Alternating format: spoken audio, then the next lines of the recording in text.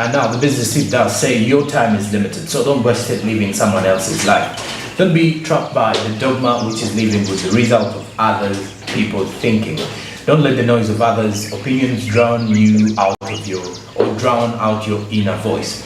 And most important, have the courage to follow your heart and intuition. They somehow already know what you truly want to become. Everything else does come secondary. So that is what tip is pretty much saying. That your time is limited. So don't waste it living someone else's life. Don't be trapped by dogma, which is living with the result of other people thinking. So remember that what you have in the mind should be something that you should consider working upon. And that is what the business tip does say. Now, besides that, let's have a look at our business quote of the morning.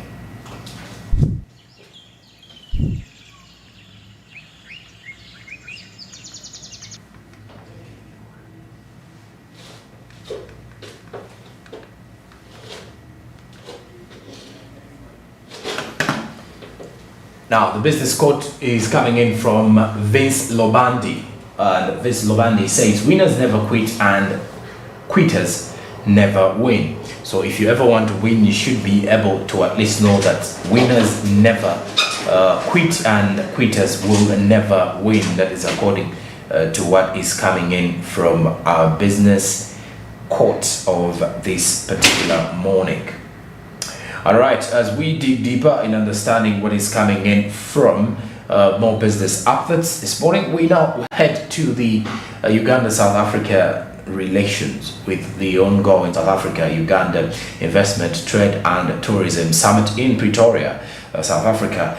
President Museveni was received yesterday by President Cyril Ramaphosa, and amongst the key discussions that were agreed upon include banking, telecommunication and education in order to promote the African Continental Free Trade Area and boost the bilateral relations between the two countries, especially rotating around investments. And of course, South Africa did also promise to invest more in Uganda, and this is what all these particular summits bringing about a lot of benefits for both countries and how we can generally benefit as both. And of course, as the president was received, President Museveni had his own ideologies put in place, and that he believes should be the agenda for Africa. And he did believe that Pan-Africanism should be one of the key elements of development within the African continent, and it will be the same reason as to why we shall be able to see a rise in developments coming in Africa. Now, let's have more of what was discussed between the two heads of state as of yesterday. The purpose of President Museveni's visit to us here was to review our bilateral relations and to see the extent to which those relations can be strengthened. We have noted significant progress in the implementation of agreements that we have had in the past, and as testament to our growing relations, we have just witnessed the signing of further agreements and memoranda of understanding. I had the opportunity in my discussions with His Excellency President Museveni to convey to him that South Africa remains keen on investing in Uganda, and particularly in a number of sectors in banking, retail, telecommunications. We hope that Ugandan businesses will also find their way in investing in South Africa for the mutual benefit of our two countries.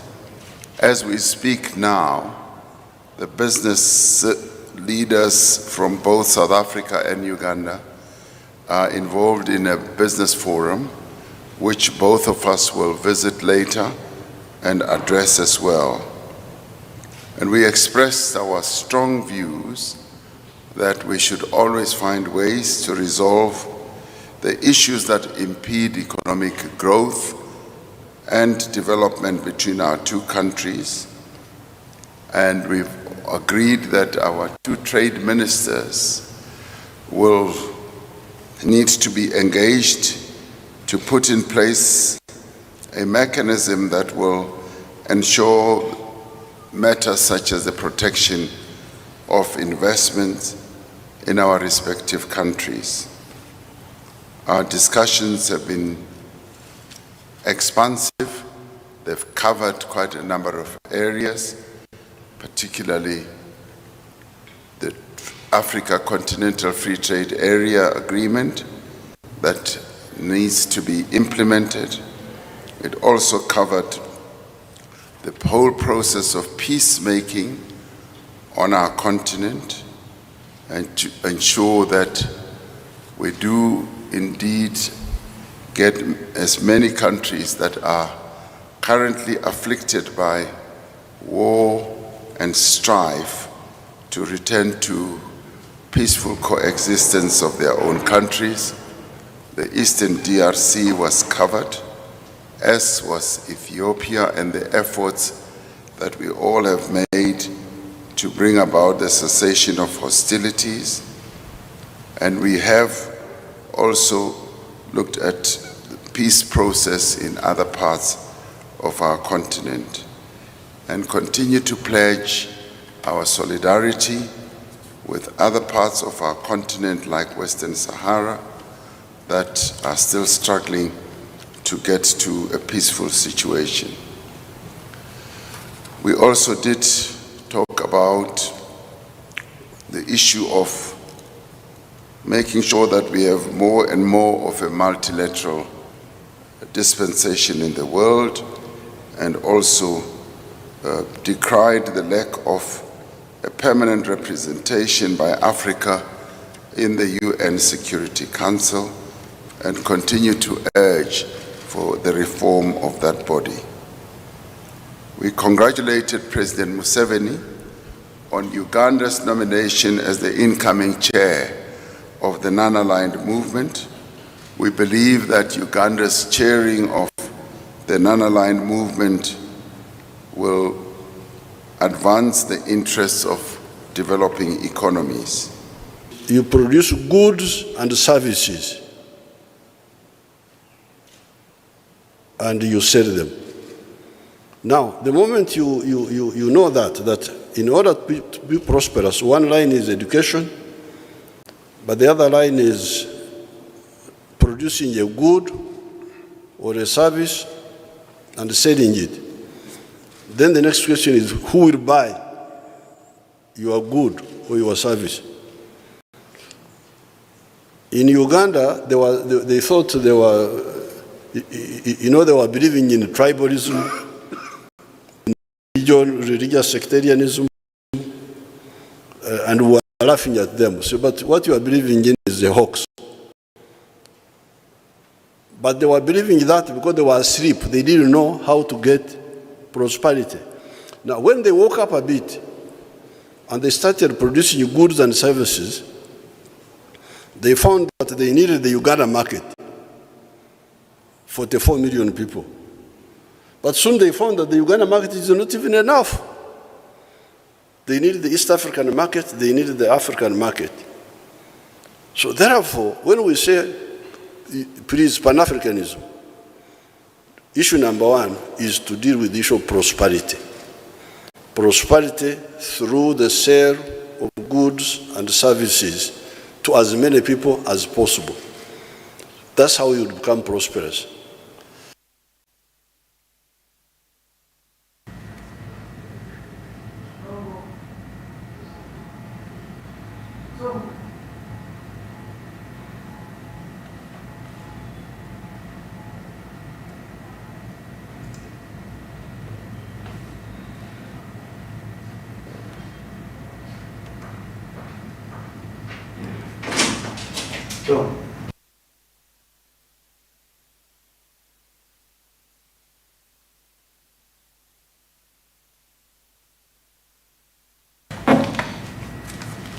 All right, now, South Africa has asked President Museveni for more coffee and cocoa in regards to the same matter, as Ramaphosa's country is open to increasing the diversity of Uganda's products from Uganda to its markets generally. Now, the trade volumes here between the two countries have been dropping, which is continuing to worry leaders of both countries. The number of South African companies have reduced from 70 firms to just 36, according to the South African president. Currently, the trade volume between the two countries is $130 million, which is about 484.7 billion shillings. But the leaders of the two countries wanted to increase fourfold in 5 years.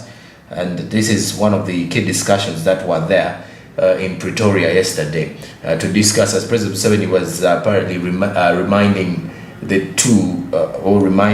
delegates during the summit that Pan-Africanism should be the main focus of things coming up in this discussion. So all should be one of the key things to expect from there. And the president of South Africa was welcoming President Museveni to the summit and welcoming him to South Africa. And he did ask his Ugandan counterparts to export more coffee, cocoa and vanilla to South Africa as the two countries continue to strengthen trade ties. So this particular summit is interestingly one that we've been able to at least look deeper into before it kicked off on Monday. As of now, different deals. There was a memorandums of understanding which were signed between the two countries, trade deals, investment deals, and opportunities that need to be at least highlighted later on in the year. And of course, we are joined by Barija Andrew this morning, digging deeper now in trying to understand where this leaves the country, or where does this leave the relations between the two countries. Just a quick one as well. The other discussions rotated around banking, retail and telecommunication sectors. When you look at some of the South African companies such as Eskom, which is behind Umeme, MTN, we have Stanbic Bank, Absa, MultiChoice. These are among the major businesses in Uganda that are actually coming in directly from South Africa. So even when you look back at the other major retailers like Gem, ShopRite, even though they closed down, they were still coming in from South Africa, and that is clearly how the relations between the two countries have always been happening and been very, very influential and fundamental for the Ugandans and the kind of relationship that we want to keep for the both of us. Barija, by the look of things, President Museveni does mention that Pan-Africanism is the way to go. He used an example of Uganda, whereby he says that some of us were actually having these differences based on tribalism. These tribalistic tendencies were ruining the growth trend in the country, which is why he does believe Pan-Africanism should be the same thing that the entire Africa should use. So we should not be fighting against each other. We should then utilize the market we have on the continent. Yeah, that's very positive, because now it comes back to the ongoing campaign of the African Continental Free Trade Area. Okay, you know, it really connects in, and it's already already ongoing. Now, getting back to South Africa, and you see, I'm trying to relate now Uganda's relation and South Africa, now relating it to the Pan-Africanism, because I know for sure that South Africa is Uganda's 15th strongest trading partner. For sure, and with such a relationship, you know, besides the Pan-Africanism aspect of it, now bringing, you know, like converting the Pan-Africanism to the business and trade benefits, we ought to really do what we call the actual benchmarking, which has really results. Let me say that. Yesterday we were discussing about that same matter, and I was so amazed that one of the discussions was about the telecommunications industry, and you know, South Africa is really highly established with, you know, you've mentioned of Eskom, the likes of Vodacom, you know, operating in that area, MTN, you know, and so many other, you know, they're so really very established. Now, if we can import coffee towards them, you know, like we export more coffee to South Africa, at the end of the day, this will be like an exchange program, you know, an exchange sort of a program. I mean, in terms of not only goods, but also the services, you know, I would really look up to see if our interest is the communication sector, we need to see our students go into those universities on government-based scholarships. Other than going to these other universities, which are quite very expensive. I mean, going to outside Africa, it's quite very expensive, but at least these are scholarships within the South African universities, which are quite economically friendly as compared to others. Now, they get these skills of telecommunications, and we come back. And since we are on an era, because for us, we are on the digital revolution, we are just, like you see, Nita, driving the digital revolution. And now such strong partners like South Africa that have already established digital online kind of networks could be very potential benchmarking points, because these are our friends and we can understand each other at negotiable terms. And then the telecommunication sector in Uganda will also be compared, will also boost as much as the one in South Africa. And we shall also have private telecommunication companies owned by Ugandans in here, because majority are not really 100% owned by Ugandans. Even the former Uganda Telecom, which was replaced by another company, entirely there wasn't a full ownership, but now of government. But now imagine we have private people, but all that comes out, it all comes by this exposure. How do you run a telecommunication company? Communication is very important for any business, for any trade to grow. What if we can have telecommunication companies that can transcend Uganda, and they are embraced in Kenya, they are embraced in Sudan, they are embraced in all this? It all comes back. If we really embrace this very well, besides all the exchange program, I give you what you have, you give me what you have. And where we are Ugandans right now, we need South Africa for its telecommunication, the level it is at regarding telecommunication technology, and that for us to really be efficient on how we operate everything. I got so much interest in the telecommunication sector because tech and that whole side, it's very, very important for where we are as a country, Uganda. And of course, there was also a discussion to do with education. Because they do believe that if we had to look at education, like you've mentioned, that sometimes we may talk telecommunications, we may talk, let's say, banking, but then do Ugandans fit in directly or anything? But what President Museveni does also believe is that if there is education, or education in a way that skilling people, yes. Now, for example, yesterday we did mention of the automotive industry that is in South Africa. And South Africa also wanted President Museveni to at least assist them on how he deals with, for example, power. Electricity, because last year, even currently, they have issues to do with load shedding, which has affected most of their businesses. So it's a two-way thing. But when you look at education, I believe the education part of it is rotating around pretty much helping each other understand and learn new things. Exactly. So, for example, telecommunications, we do not have. We had a company like Uganda Telecom, which is currently still running, though it was, but you will ask for how many subscribers it has, and there are very few. So I think this is some of the lessons if we had to learn from the communications, whereby you look at a company like MTN, which has been in Uganda for over 20 years, and they are still moving. They still have more 10 years after that contract they signed with Uganda. So these are some of the things that we need to look at. Like I've been mentioning, benchmarking should be something that we should consider. And see that maybe if we are to start up a telecommunications company or our own Uganda Telecom, so that it can also expand across the borders. That's really good. And this comes back to the overall aspect of the education, which is something which we can't rule out. For you to see how MTN has really been able to sustain for all this long, if you really dig deep down, find out the founders, there is what we call having a complete understanding of what you're doing. The question is, looking at the telecommunication companies in Uganda, are the people that are in there really qualified to be there? Because it's beyond you having, for example, you studied business management, it is okay, but probably telecommunication is something different. This is a communication company. The way you manage, for example, a manufacturing kind of a company, maybe a car manufacturing company, it's not going to be the same. There is going to be some element of flexibility and transfer. You're not going to be rigid. This is how I used to do it. You need to have knowledge of what you are doing. So the education aspect now comes in that way.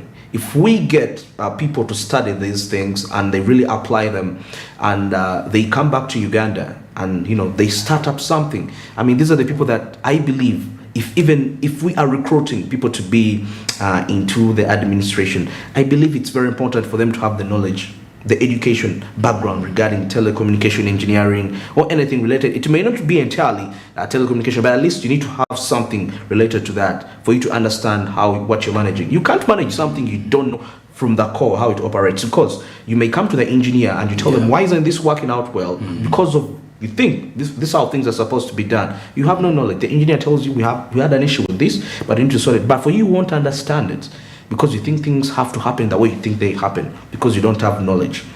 So I believe even the people that are running telecommunications companies right now, they should be taken to South Africa, get some exposure, because some of them don't know these things, and that's why they are too judgmental when it comes to executing decisions. All right. Yeah. And just in 1 hour back is that Nigeria now has a new president, and the Nigeria's ruling party candidate Bola Tinubu is now the president-elect of Africa's most populous and Africa's biggest economy. In the early hours of Wednesday, after a weekend election that the main opposition parties have disputed, Tinubu is a former governor of the Lagos state and will now be taking over as the successor of Muhammadu Buhari, and he also came in as in the same party that Muhammadu Buhari was. And the country is still facing some fuel and power shortages, including conflict between livestock herders and farmers, as well as perennial corruption that the opponents say Buhari's party had failed to stamp out despite promises to do so. Now, the Independent National Electoral Commission said that Tinubu gathered 8.7 million votes ahead of main opposition challenger Atiku Abubakar, who walked out with 6.98 million votes. Peter Obi, who is an outsider popular with young voters, gained 6.1 million votes. And the Nigerian electoral law says a candidate can win by getting more votes than their rivals, provided they get 25% of the vote in at least 2/3 of the 36 states and the federal capital Abuja, which Tinubu did win. Now, the opposition parties have rejected the results as the product of a flawed process which suffered multiple technical difficulties owing to the introduction of new technology by the Independent National Electoral Commission. And Tinubu asked voters to elect him on his track record during his 2 terms as Lagos State Governor at the turn of the century, during which he reduced violent crime, improved the city's traffic jams, and cleaned up rubbish. He's currently 70 years old, however, sometimes appeared frail in public, slurring his speech and answering questions with platitudes, according to what has been reported. And some people are saying he used to miss several campaign events. And then Obi's campaign, on the other hand, had attracted young people and urban, more educated voters fed up with corrupt politics of the past. But the two parties that had represented it since the end of the military rule in 1999, and old men who have tended to dominate them. Now, as the opposition continues to cry foul, Tinubu has been presented before and announced as the new president-elect for Nigeria. And as we head into the break, also remember to invest now that the markets on the Zabu platform are officially open. *292# is the USSD code for you to use if you are to invest in as much as you can. Zabu gives you that advantage, as you can definitely experience. *292#, the markets are open at 8:15 a.m. Closing time is 3:15 p.m. If you want to invest in government bonds, for example, the minimum amount is 15,000 Ugandan shillings. Other securities are also available on the platform within that time. But also remember that these markets are fully closed on the weekends and on public holidays. Zabu, my money, my future. All things East Africa, do something new. It's 28 minutes past the hour of 8 o'clock. We now head into a break. When we return, we have sports, business, and the latest from the world of entertainment. Good morning.